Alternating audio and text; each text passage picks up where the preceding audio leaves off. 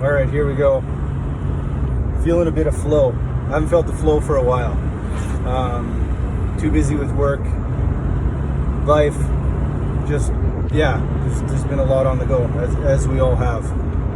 But really been trying to do some inner work along with work and school and everything I'm doing right now, and being a dad and a husband, and trying to focus on God and the flow and spirit, and not trying to focus on that. I guess what I'm saying is I can feel that right now, and I'm gonna see what comes out. I'm gonna start with desire. Desire is the one. So as of late, within the last month, I have worked on my desire. So I've in the past had a few toys like vehicles and such, and just stuff. I don't know, generators, whatever, just stuff, right? Stuff. And whenever I see something nice, whenever I did see something nice, it was like, oh, I gotta have that. I'd love to have that. You know, you see it, you want it, kind of like everyone else. Materialism, right? So as of late, within the last month, I don't know, 2 months maybe, 2.5 months, something like that. Don't quote me on that exactly. I've let go of my desires completely and totally, like nothing, like really not desiring person, place, or thing, just 100%. And again, this is in part finding God, so I can't delete God out of this video, because it's finding God and searching for God and truth as what's got me here. So there it is. So anyways, knowing that whatever we need, whatever our needs are, it's actually the good Lord's pleasure in providing that to us. Assuming in a way we sort of get on the path, and there's kind of another explanation. But anyways, long story short, I made the conscious choice that I was going to lose my desires. Just forget everything, nothing material. Even right now I have a broken phone case, half falling off, but who cares? Whatever I need is going to be provided, you know. So I have let go of all my desires. So materialism was the big one.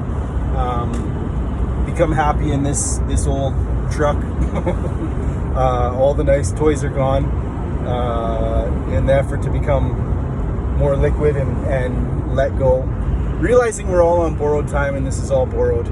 This meat suit, this body I'm in, it's borrowed. You know, we're a spirit, we're a soul in a body, and trying not to be attached to anything. And where am I going with this? Why am I explaining this? The irony of it actually is in losing all my desires and sort of surrendering to God, you know, not worrying about vehicles or homes or nice things. And exactly the opposite has been giving away whatever I can lately, and finding joy in that, and really finding the joy of whether it's old clothes or stuff I'm not using, or I have actually physically donated a lot of money lately. The joy and oddly enough, the abundance that comes from that, because, you know, it really is in our giving that we receive 100%. And I'm sort of living that right now, and it's not like I've won the lottery or I made $1 million, but we have a lot of work. I have a lot of things coming my way. I have a lot of people offering me good deals on things as well, and I'm pretty much just saying no to everything right now. I actually just bought a new winter jacket and gave away all my other jackets, so, you know,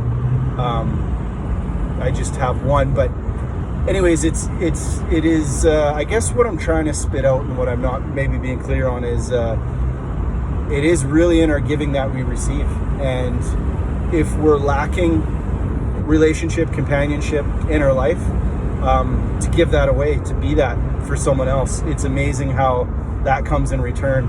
If we're lacking finance, to help someone with finance in whatever way we can, even if it's just giving of ourselves in a way that helps that other person, it's amazing how that comes back to us. Whatever we're lacking, I guess I jumped onto this new subject, but yeah, whatever we're lacking, if we can be that for someone else, or and not, because you can't trick God essentially, or the universe, and say, oh well, if it's a law that it's in our giving we receive, well, I'm just going to give this so I get that back. Well, no. I don't think it works like that. I think, God knows your heart, and if you truly give from your heart, it's amazing, like, really how things come back, and things you don't expect in ways you could never expect, on God's time, on Spirit's time, not on our time. We just have to be patient, and I guess they go hand in hand, sort of wanting to be that for others and letting go of my own desires. And it's amazing how much more, even for example with the business that I'm working, how much more room it made for others.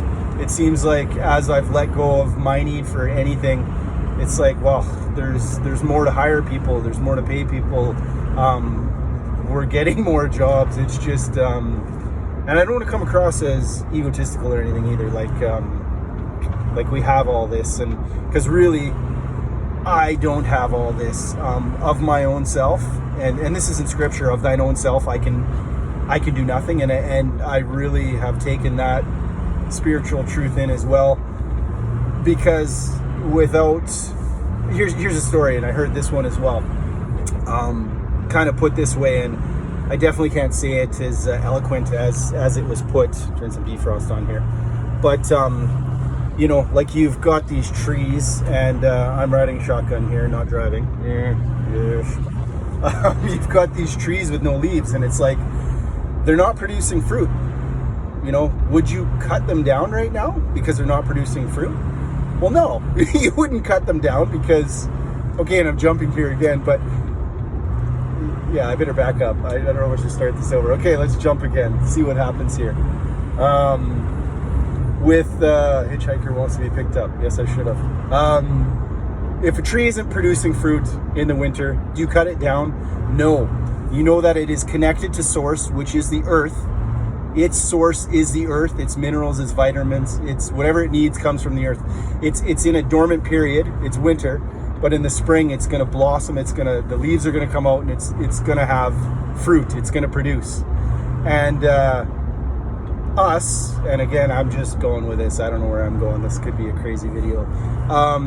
Our connection is with source, God. So like a tree is connected to the earth, so are we connected to God, to our spirit. And you can cut a rose and you can shove it in water and put all that little powdered shit, whatever's in that bag, in it, and it'll last for a week or two. And I think that's the same with us, right? You cut us off from God, from source, from our connection, and yeah, I mean, we can eat a little bit, we can maybe go to the gym, we can have a bit of connection with other people, but it's not enough.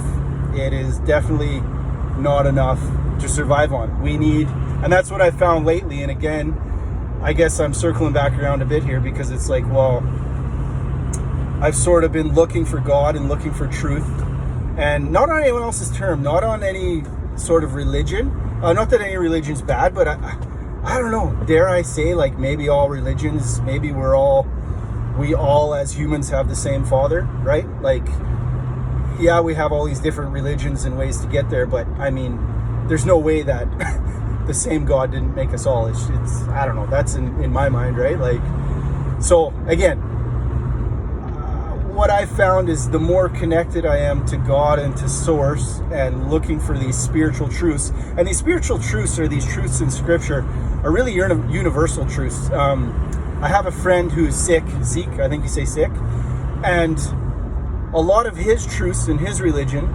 are the same in sort of Christianity. And I guess I'm talking about Christianity because, well, I'm Western and sort of grew up that way. And it's like, well, we have different sort of religions, but yet the same truth is in all of these, right? Like, about being connected to God, and about being, do unto others as you would do unto yourself, and about being kind to your neighbor. And your neighbor is like your neighbor you live beside, but your neighbor is also on earth here. You could be walking along the road and there's a grasshopper or a bug. That's your neighbor. Everyone is your neighbor. Rocks, trees, people, whoever is around you, whatever is around you, you need to treat that neighbor with respect. And again, so back to these spiritual truths, whether it's about respecting your neighbor, or any other of the other, spiritual truths. Whether it's that, do unto others as you do unto yourself. I think they're relative in whatever religion you're in. But anyways, I'm off on a tangent again. Desires is what I was originally talking about. I notice such a difference in myself letting go of person, place, or thing, and knowing that God has me on the right path and I'm exactly where I need to be, as we all are. And anyways, I think I better take a breath here. This is sort of a wild tangent I got on all over the place.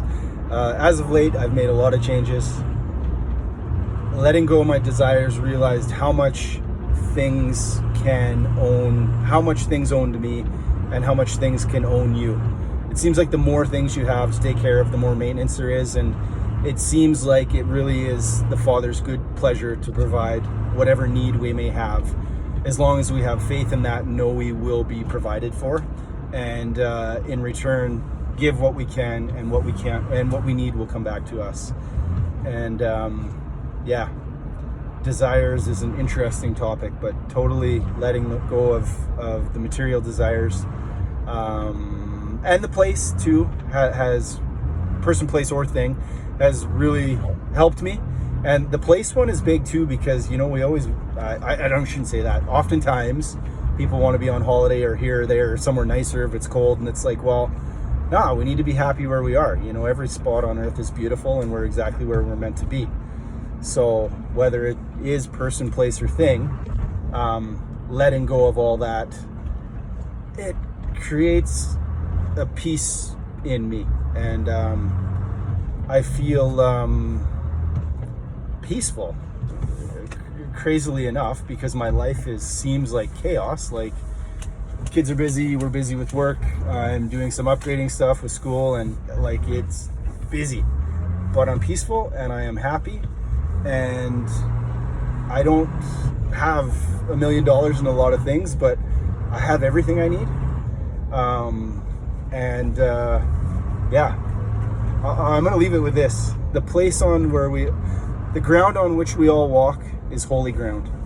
We are all connected to God. We are all source, and we are all that. We're all beautiful. All right, cheers. That was a lot. Bye.